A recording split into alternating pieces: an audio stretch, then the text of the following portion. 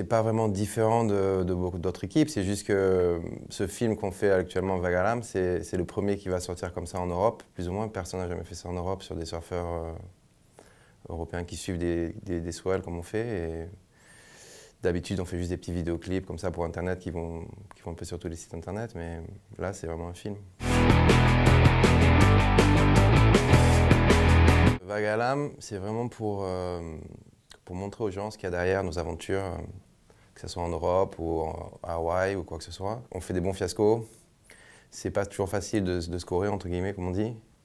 Et on s'énerve souvent, on s'insulte un peu les uns les autres. Et montrer surtout la préparation qu'il y a derrière toutes ces aventures.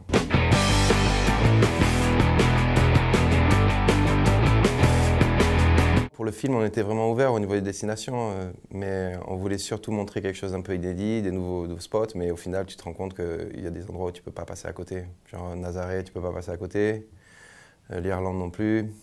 Donc on a fait ce qu'on a pu pour montrer quelque chose de nouveau et en même temps montrer les plus grosses vagues et les choses à lesquelles on ne peut pas passer à côté. Tu vois.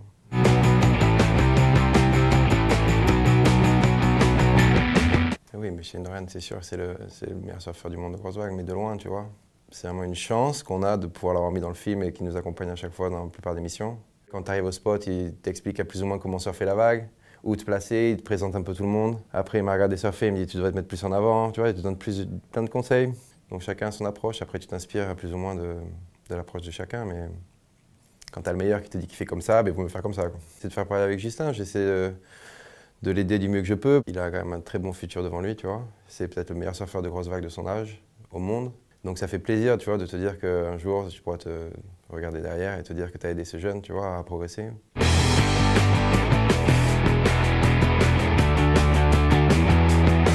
Le plus intense pour moi, ça a été Hawaï, parce que j'avais jamais été là-bas, tu vois. C'était vraiment un endroit où c'était mon rêve un peu quelque part en tant que surfeur de grosses vagues, d'aller là-bas, d'essayer de me frotter à cette vague. J'ai mis un mois pour essayer d'y arriver, en fait, quelque part. J'ai commandé beaucoup de matériel. Shane m'a beaucoup aidé. Donc, je ne sais pas si c'est le plus intense, mais c'est ce qui m'a le plus marqué, quelque part.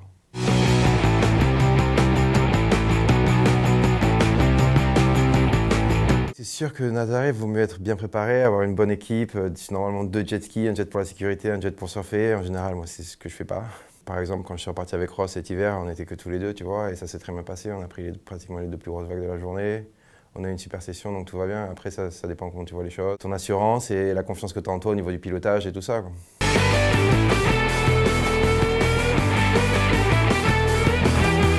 C'est vrai que ma vague de 33 mètres n'a pas été homologuée, mais je ne crache pas dans la soupe, tu vois. C'est quelque chose qui est super quand tu as un record, une nomination XXL et tout ça.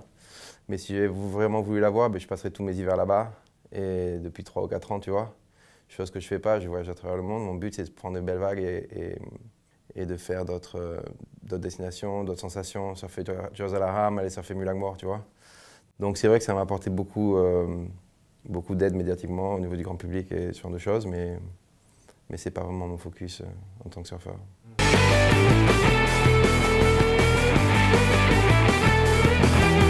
Je pense que Nazaré, quand même, c'est pas mal, tu vois. Il y a des moments où c'est très chaud aussi, même à Jaws, tu vois, dans le film, il y a des fois, tu vois, quand tu attends la vague et que tu vois la série qui arrive et que tu es impuissant parce que tu as juste la force de tes bras pour te déplacer, tu fais ce que tu peux pour passer au-dessus de la vague, des fois tu es obligé de plonger, donc là c'est vraiment des moments où tu te sens très petit par rapport à la nature.